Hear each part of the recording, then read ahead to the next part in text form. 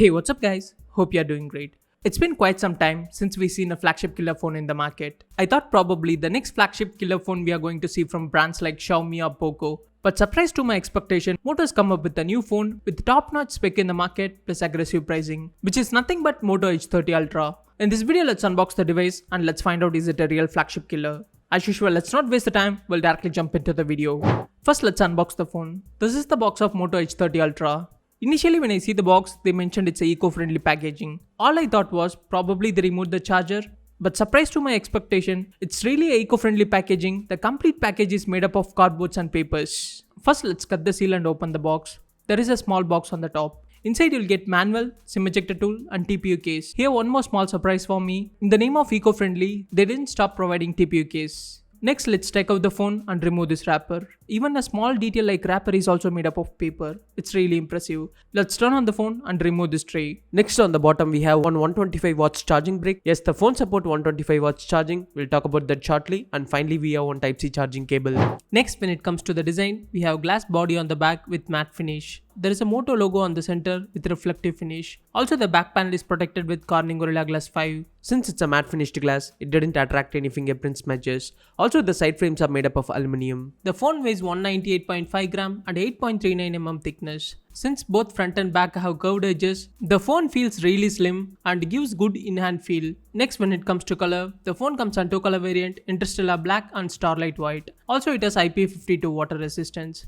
The only place where I felt Moto should have done better is water resistance. Since it's a premium phone, at least we were expecting IP68 water resistant. I believe for the sake of cost cutting, Moto probably would have given IP52 resistance. Overall, when we talk about the design, the phone gives really premium look as well as in-hand feel. Next, when it comes to display, the phone comes with 6.67 inch Full HD Plus P OLED display with endless edge curve. Also it's a 10-bit display with 144Hz refresh rate. We can choose either adaptive refresh rate or you can choose between 60 or 144. Also the display has HDR10 certification and it's protected with Corning Gorilla Glass 5. And the peak brightness goes up to 1250 nits both on the indoor and outdoor usage. Even on direct sunlight there is no issue with the display. With the aspect ratio of 20:9, the phone feels really comfortable for one-hand usage. Overall, when we talk about the display, it's really an amazing display. Both the media consumption and gaming experience was really great on this display. Also in the setting there is an option to change the color tone according to your preference. Next, when it comes to security, the phone have in-display fingerprint sensor. Also we have face unlock option.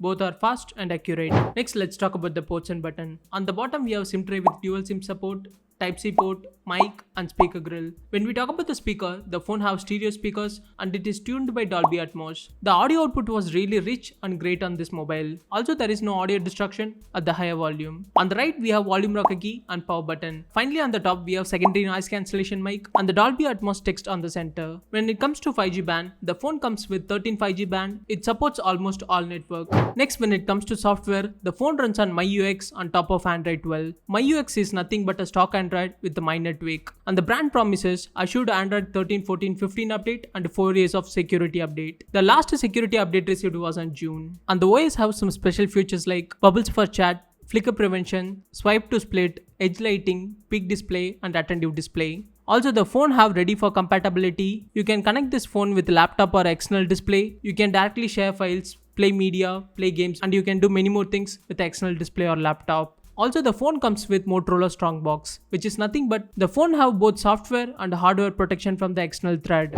Next, when it comes to camera, on front we have 60 megapixel selfie camera with aperture 2.2. The camera output is decent, but we faced some issue during using camera. While using camera for some time, the phone was automatically turned off. Then we again turned it on. After using for certain time, again it got turned off. But this time we thought okay, we should record this. But after that time, we didn't face the same issue again. So unfortunately, we can't exactly show you what happened before. On rear we have a triple camera setup. As we already seen, this is the world first 200 megapixel camera and it's a Samsung sensor with aperture 1.9. Also it has an optical image stabilization. Also we have 50 megapixel ultra wide camera with 114-degree field of view plus 12 megapixel portrait camera. The 50 megapixel ultra wide is also act as a macro camera and 12 megapixel portrait camera is also act as a telephoto camera. On rear max you can record 8K at 30 frames per second and 4K at 60 frames per second. The video output is really good and you can see the samples. Next, when it comes to battery, the phone comes with 4610 mAh battery. Also you'll get 125 watts fast charging adapter on the box. Since it's a 125 watts, definitely we want to do a charging test for you. Here's a charging test results. Also, the phone supports 50 watts wireless charging and 10 watts reverse wireless charging. Overall, when we talk about the battery and charging, during our testing on a normal usage, we got almost 1 day of battery life. Also, it's good to see that wireless charging also have 50 watt support. Next, when it comes to processor, the phone comes with the latest flagship processor from Snapdragon, which is nothing but Snapdragon 8 Plus Gen 1. Also, the phone comes with vapor chamber cooling system with the 10 thermal compound to regulate the heat. During our testing, we didn't found any stutter or lag on the device, but once the charge get less than 10%, the phone was automatically turned off while we tried to gaming. Probably we'll hope they'll fix this issue on the future update. Overall, when we talk about the processor, it's a really good performance phone. There is nothing in the market that this phone can handle. Next, when it comes to RAM and storage, the phone comes on only one variant, 8128GB, and the RAM type we have LPDDR5 RAM, and the storage type we have USF 3.1 storage. When it comes to extended RAM, we have 2GB of extended RAM option. Next, when it comes to the price, the phone is launched for 60,000, but on Big Billion Day you can get it for 55,000. But including card offers and other things, you can get this phone for even 51,000. For this price, I felt the phone is really worth for the money. If you want to buy a phone with the same spec on other brand, you have to almost spend 70 to 80,000. But for 55,000, the Moto offering was really amazing. Finally, let's answer the question: is it a real flagship killer? I would say yes. For the price what you're getting, the phone is worth for each and every penny. That's it for today. Hope you'll find today's video useful for you. See you on the next video. Until then, this is Karthik signing off. Please do like, share and subscribe to our channel.